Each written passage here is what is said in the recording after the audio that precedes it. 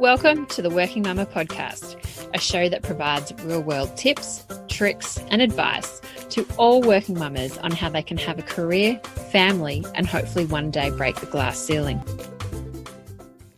Hey, welcome back to another episode of the Working Mumma podcast. How's your day going today? Well, today I'm actually going to do a solo episode, and I want to talk to you about just the exhaustion and I hear so many times at the moment the pure exhaustion that so many people, particularly women, are facing. And I just want to have a chat about it. And I really want to start by saying, you do you, mama. Don't listen to what others are saying. Don't look over the fence and compare yourself. You know what? Do what works for you and your family. There's so many things and so many messages that are around at the moment of this is what you should be doing and that's what you should be doing. You know what? I call a BS on it all.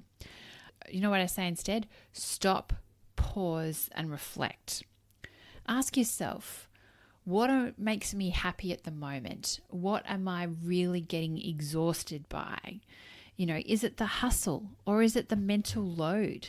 Because we often know that a big part of being exhausted as a working mum is because of the mental load, and we're not sharing it probably enough, or even maybe our partners aren't picking up enough.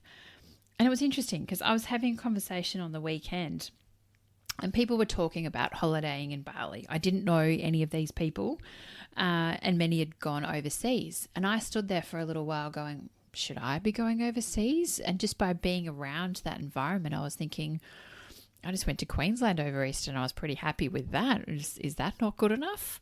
And it's one of those things, the more you hear these messages, the more that you think that what you should be doing and what you should be feeling.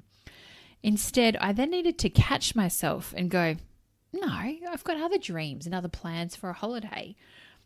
No offense, it's probably not my favorite and ideal holiday is to go to Bali. I'd much rather go other places, but everyone's different. And that's exactly my point. What makes me happy for a holiday, say if I'm going down the ski slopes on a bluebird day and it's been fresh powder snow, that would be my ideal and my idea of great fun and a great holiday. But I know that it's not for everyone. People don't want to be cold and things. So you know what?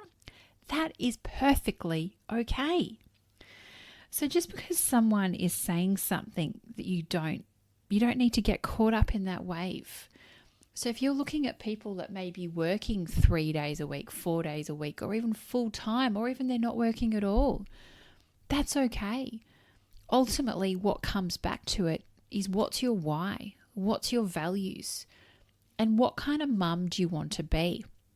And as I'm going through this journey of becoming a mum, so I've had a son that started primary school this year. I've also got one still in childcare. And I have to say, every phase is hard. I thought school was going to be a lot easier. You know, I thought, oh yeah, cool. You know, they're a little bit older. It's not going to be as maybe hard as childcare at times. Oh my goodness. I will warn you now, school can be a lot more challenging at times. And also the admin that comes with school of all the alerts and what your child should be doing. And yes, there's that word again, that S word, the shoulds.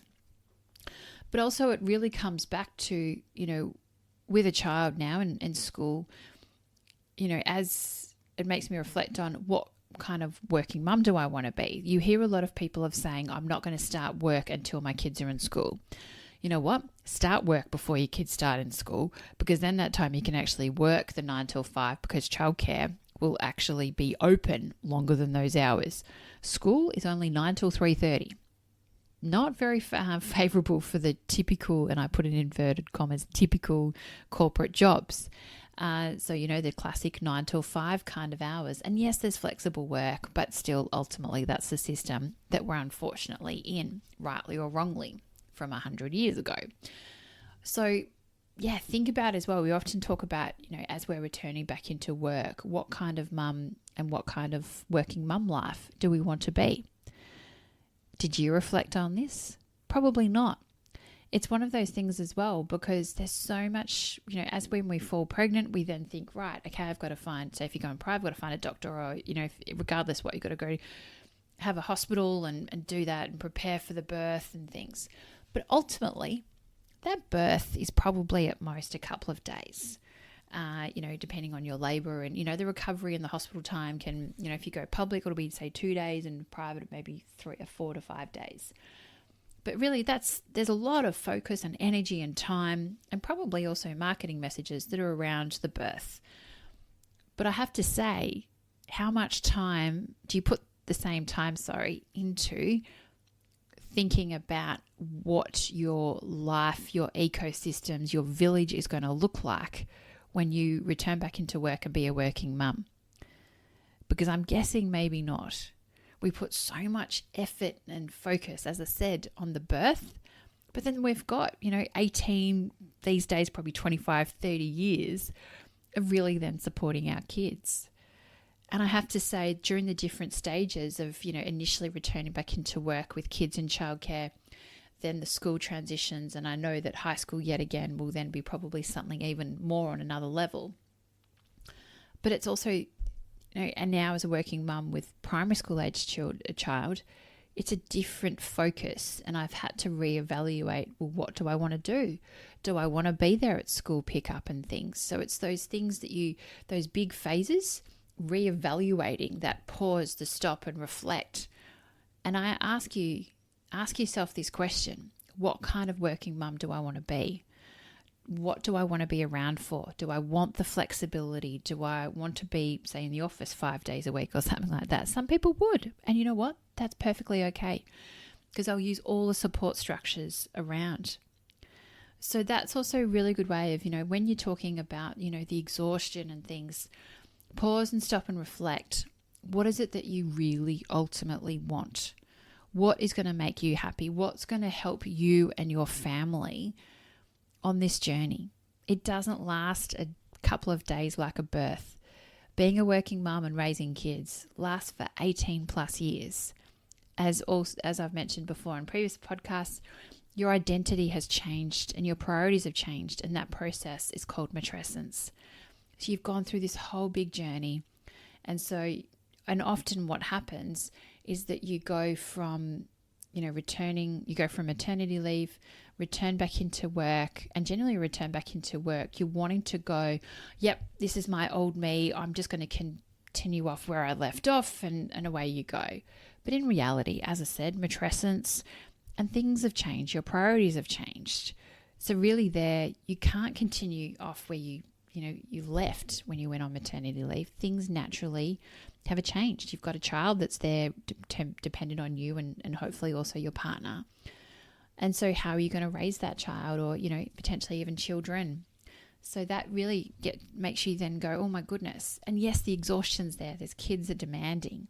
So then what are you then going to do throughout the week if you're so busy with work, so busy with kids? What are you going to do? Even just have some quiet time to yourself. It might be, right, we're going to get the kids down a little bit earlier at night, so you can actually have even half an hour in front of the TV watching the next Bridgerton or something like that. So, or even a quiet cup of tea. So that's one of those things that comes back to, what do you want? What kind of working mum do you want to be? What kind of, village do you need? And you know what? We all need a village. I have over probably 10, I think, people in my village that really help me navigate the juggle. I don't do it alone, and I don't even try to do it alone. A big one is my husband. Another one is childcare. Another one's school, even after school care. Both sets of grandparents, having a cleaner, and, the shop, different people, friends in my village and things like that, even just as support structures for me, definitely mentally are there. But I've got my village to certainly help me through. And have I got it down pat? Definitely not. But it's that constant test and learn. What's working, what's not? When do we need to reevaluate? Even day by day as things are changing. There's a few things that I know that I want to implement. I just haven't had the time to do it. But I will get there. So that's really what I want to say, and get yourself to reflect on this. Ask yourself, what type of mum and working mum do you want to be? And if you want to have that flexibility about sometimes doing the childcare or even the school pickups and things like that, what is the flexibility and what is the things and support structures to make that possible? So, for example, if it's childcare, pickups and things, do you have enough flexibility in your role that you could maybe take off half an hour, go do the pickup and then come back? And it might mean that you work an extra, half an hour at different time to make that up, or, think about the outputs as well. But it comes back to what is the ultimate goal? Where is it you want to be? And to where are you now? And what are the little steps that are going to help you reach that? And if you don't have an employer at the moment that gives you that level of flexibility, it's something that you desire, it might be that you then evaluate, well, what is an employer that might make that possible? Or, like I've spoken to a couple of people recently, they're actually like, right, employers aren't giving me the flexibility they want and I'm going to go it alone. So if you're interested in something like that, definitely check out a recent podcast I did with Kate Toon around working in school hours. It's highly recommend it, and also her book. But it's one of those things that I've also personally in my corporate role, I've been able to build up my reputation, and also when I've requested flexible work, they support me where I'm at the moment. Yes, they'd love me to work full time. Do I want to work full time at the moment? No, it's crazy enough with 2 young boys. And so I really want to just make sure I've got that flexibility built in. If I want to work that extra hour, or maybe on my mummy and the boys' day, I can, but I take a real debits and credits view on things. So the company really aligns with me at the moment, what their direction is, their philosophy, but also it really gives me the flexibility. And so really I'm there, and one of their retention strategies for me definitely is about the work, but it's also about the flexibility, and it matches. So I come back to my question, what is it that you want as a working mum? What do you want? When do you want to be there for your kids? What do you want to be present for? And, both physically, emotionally, and mentally around with your kids. Because we also talk about the return to work and being there for our kids when they're really young. And I've spoken to a few people recently that have got teenage kids, and they said you need to be there just as much for the older kids as what you do for the younger kids. So as I talked about the different transitions through the different learning phases from childcare or kinder, as well to school, to primary school, and then to high school, your kids are also going to need you in different ways. Definitely when they're younger, they're going to need you more physically, but as they get older, they're also going to need you there emotionally.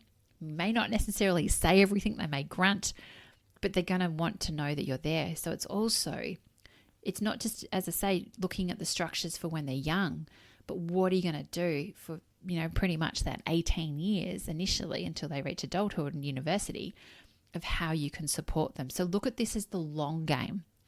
So I come back to what I said earlier, is what kind of working mum do you want to be? And you could even have it during the different phases of some of your goals, and to then consider and reflect, where are you now to where you want to be as that, that goal of being present with your kids, or what kind of juggle? Do you want to work from home? Do you want to work from the office and things like that? There's so many different variables. I can't even list them all out because everyone's situation is going to be different. So that's why now I'm just getting you to think about the little things. Think about those transitions. As I said earlier, it's the 3 or 4 or 5 days of a birth, and when you're in hospital, that so much effort is put on that. But then how much effort is then put on subsequently as your transition back to work, the childcare, the kinders, the primary schools and things like that, about what you're going to need during those periods. And yes, there's a lot of planning at times that goes into it, even on a weekly basis. I know for me personally, I'm like, right, am I in the office? My husband in the office? When do I need to use after school care? Who's picking up who, and who's getting dinner and all that?